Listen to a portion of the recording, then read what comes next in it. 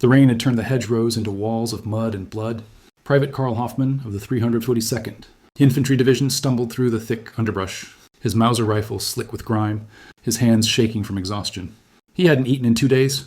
His platoon was gone, scattered by artillery fire and strafing, runs from P-47, thunderbolts that screamed low over the fields.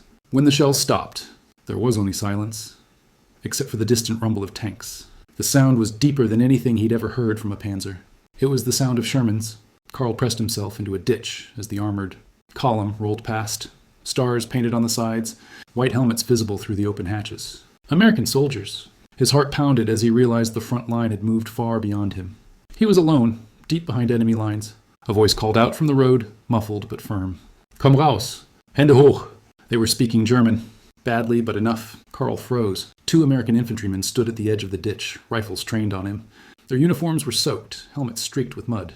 One gestured sharply. Come on out! Karl rose slowly, raising his hands. His boots squelched in the muck as he stepped forward. A GI moved behind him and patted him down, pulling away his bayonet and canteen. Karl expected the blow next. A rifle butt to the ribs, a kick to the back of the knees. That's what he had seen happen to prisoners on the Eastern Front. But instead, the soldier simply motioned toward the road. Let's go, Fritz. The Americans led him to a makeshift command post in a farmhouse courtyard. More prisoners sat there, dusty, defeated, their gray uniforms smeared with earth. A few looked up as Karl was pushed down beside them. The Americans didn't yell. They didn't sneer. They just watched. One sat on a crate, smoking a Lucky Strike, cleaning his rifle with quiet precision. The smell of coffee drifted from a mess tin warming on a small fire. Karl's stomach twisted. The smell was almost unbearable. Then something unexpected happened. The GI with the cigarettes glanced at Karl, then broke off half a chocolate bar and tossed it to him. It landed in the dirt beside his boots. Karl hesitated. Was it a trick? Slowly, he picked it up and bit into it. Sweet, rich, unbelievable. He hadn't tasted anything like it since before the war. The American smiled faintly and said something Karl barely caught. Ain't so bad. Huh? For the first time since his capture, Karl looked into the eyes of an enemy soldier and saw no hatred there, just exhaustion. And maybe a strange kind of understanding. That night, under the flickering glow of lanterns, Karl shared a ration tin with another German prisoner. They spoke in low voices about home and about how nothing they'd been told about the Americans seemed to match reality. The next morning, they'd be marched to the coast, to the holding camps. And there, their real shock would begin. The prisoners marched in a slow, uneven column, hundreds of them now, shuffling past burned-out trucks and shattered stone cottages. The air reeked of diesel, cordite, and damp earth. Allied MPs in olive-drab uniforms walked alongside the line, rifles slung but ready. Private Karl Hoffmann's wrists were bound loosely with rope. His boots rubbed raw against his ankles, and the blisters burst open with every step. Yet what haunted him wasn't pain, it was confusion. Every few hours, the Americans halted the column. Jeeps rolled by, their drivers tossing crates of water in small brown boxes labeled U.S. Army rations. An officer barked orders, 2 per man, make it quick. When the first boxes reached the Germans, they didn't move. Some thought it was a trick.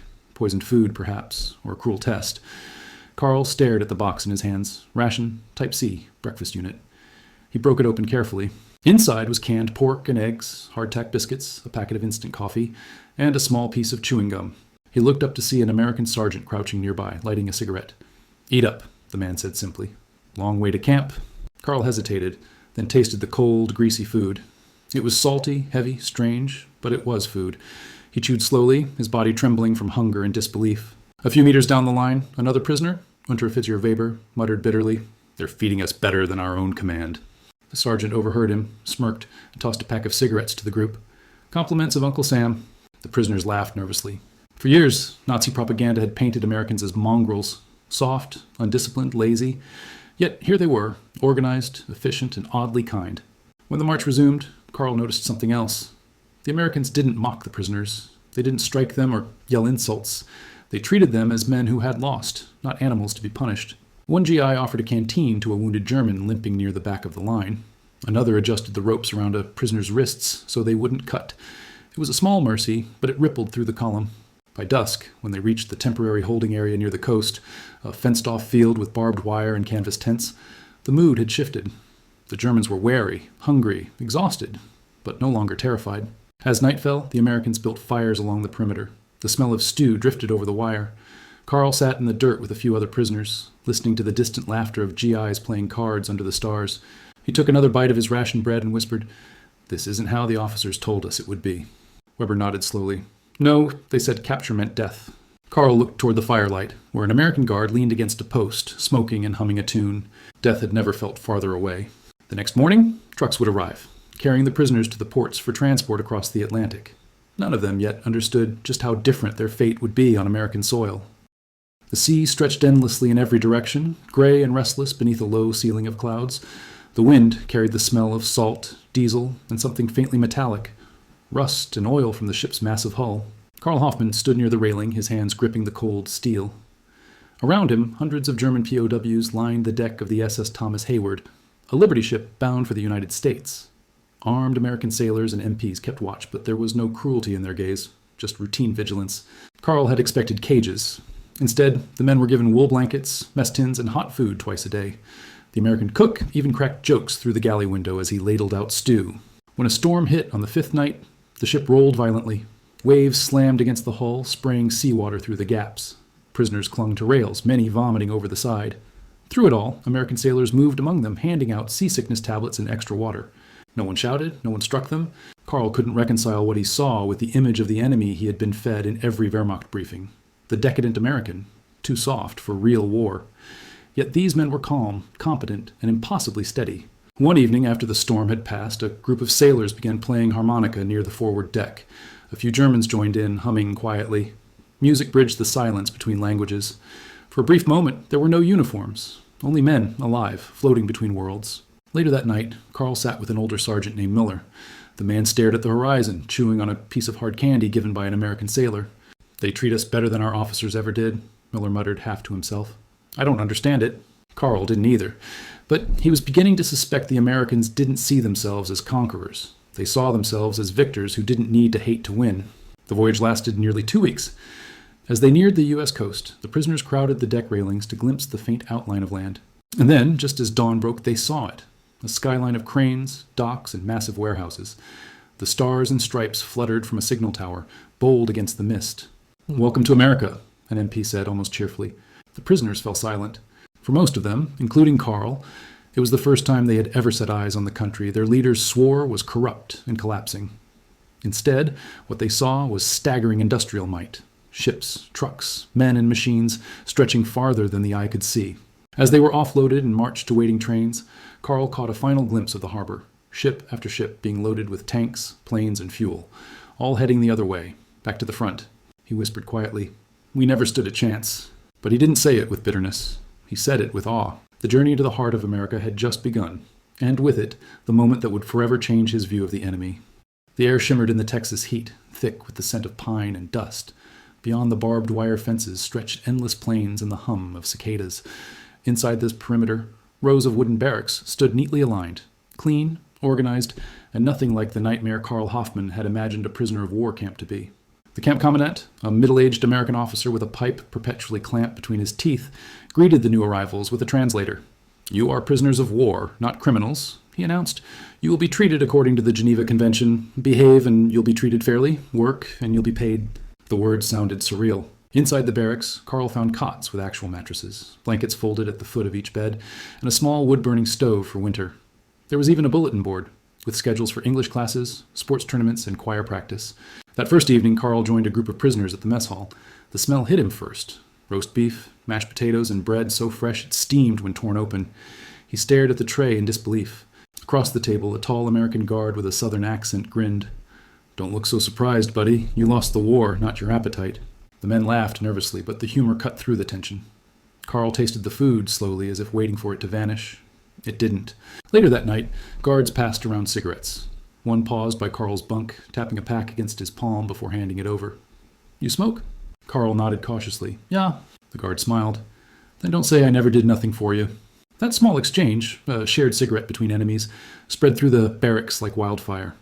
By lights out, the German prisoners were whispering to one another, struggling to make sense of it. They had been told Americans were soulless materialists, driven by greed and power. Yet these men, far from home and burdened by war, still found kindness to spare for those who had fought against them. Over the weeks, routine settled in. Prisoners worked in nearby fields, picking cotton or repairing fences. They earned small wages in camp scrip, which could be used at the canteen to buy soap, candy, or stationery. Some of the Americans even helped them write letters home, correcting their English when needed. One afternoon, Karl watched as an American sergeant joined a group of POWs in a soccer game. The laughter, the dust, the shouts, it was disorienting. Not long ago, they would have shot at each other across a hedgerow. Now they were arguing over a foul. That night, Karl wrote in his small notebook, "If this is our enemy, then what have we been fighting for?" For many prisoners, that realization was the quiet beginning of something profound. A reevaluation not just of the enemy, but of everything they had been taught to believe. When winter came, the Red Cross delivered parcels, chocolate, letters, even musical instruments. The guards encouraged the POWs to build a theater. They did. And when Christmas arrived, German prisoners and American guards sang carols together through the frosty air. Karl never forgot that night. The sound of Silent Night drifting across the Texas plains, sung in two languages that somehow fit together. It was the moment he understood. Humanity had survived the war, even if neither side had expected it to. The camp had quieted after Christmas. The air was cold and sharp, and frost coated the barbed wire like strands of glass. Karl Hoffmann sat outside the barracks, huddled in his wool coat, staring at the dying embers of a fire. Around him, men murmured softly in German. A few smoked, others wrote letters, their breath rising in white clouds. He had just finished his ration meal, canned beef stew, hard bread, and an apple. It was more than most civilians in Germany were getting by that point. Still, he couldn't shake the guilt that came with each bite. That's when it happened. A group of American soldiers came around carrying crates from the mess tent. One of them, a young corporal with freckles and a crooked grin, stopped at Karl's fire. "You fellas eat already?" he asked. Karl nodded. "Ja, danke." The corporal smiled. "Well, we've got extras. Figured you might want some." He set the crate down and opened it. Inside were unopened ration tins, coffee packets, chocolate, and even a few cans of peaches. Karl blinked. "You are giving to us?" "Sure," the American said, shrugging. "We got plenty. You guys look like you could use it." He handed Karl a tin of peaches. Karl stared at it, unable to speak. The label gleamed in the firelight, U.S. Army, packed in Georgia. He had never even seen peaches before. The American sat down beside the fire and struck a match, lighting a cigarette. He offered one to Karl. "Go on," he said. "They're better than that German stuff." Karl hesitated, then took it. They sat in silence for a long moment, smoke curling into the cold air. Finally, the American spoke quietly. "My brother's somewhere in France. Maybe he's guarding some of your boys. Who knows?" Karl nodded slowly. "My brother is dead, near Kursk." The American's eyes softened. He reached into his jacket and pulled out something small, a folded photograph. He held it out.